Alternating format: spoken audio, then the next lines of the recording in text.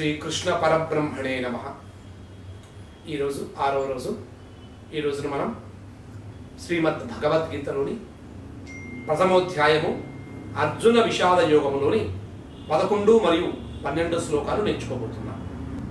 అయనేషు చ సర్వేషు అయనేషు చ సర్వేషు అయనేషు చ సర్వేషు అయనేషు చ సర్వేషు యథా భాగం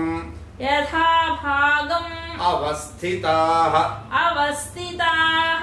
ఇది కలిపినట్లయితే యథా భాగమవస్థితాః యథా భాగమవస్థితాః భీష్మమేవ భీష్మమేవ అభిరక్షन्तు అభిరక్షन्तు భవంతః భవంతః సర్వ ఏవ హి. సర్వ ఏవ హి.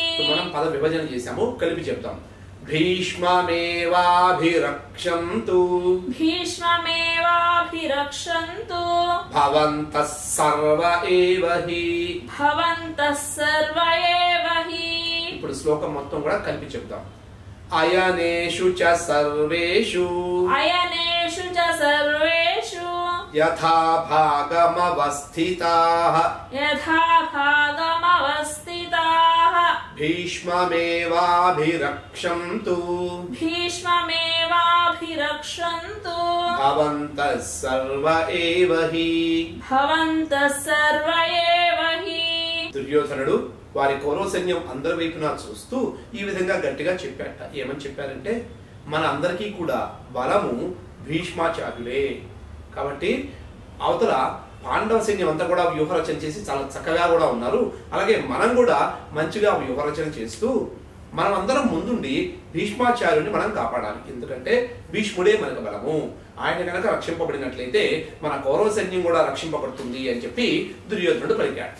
తస్య సంజనయన్ హర్షం తస్య సంజనయన్ హర్షం తస్య సంజనయన్ హర్షం తస్య సంజనయన్ హర్షం కురు వృద్ధః పితామహః కురు వృద్ధః పితామహః కురు వృద్ధః పితామహః కురు వృద్ధః పితామహః సింహనాదం సింహనాదం నినద్య నినద్య ఉచ్చైః ఉచ్చైః కలిపితే సింహనాదం నినద్యోచ్చైః సింహనాదం నినద్యోచ్చైః శంఖం దధ్మౌ ప్రతాపవాన్. శంఖం దధ్మౌ ప్రతాపవాన్. ఇప్పుడు ఈ శ్లోకం మొత్తం కూడా కలిపి చెప్తాం.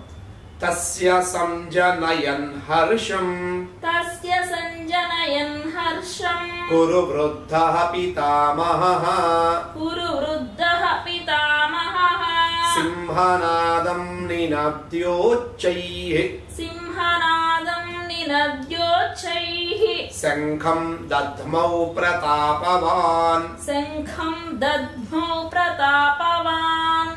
ఎప్పుడైతే దుర్యోధనుడు కౌరవ సైన్యం అందరితో కూడా తిరిగి భీష్ముడే మనకి బలము, భీష్ముడిని రక్షించాలని ఎప్పుడైతే చెప్పాడో ఆ కురు వృద్ధుడు అయినటువంటి ఆ భీష్మ పితామహుడు లోపల ఎంతో ఆనందపడ్డాట. ఆ ఆనందాతరేకాలతోటి తన దగ్గర ఉన్న సింహాన్ని గట్టిగా పూరించాడట.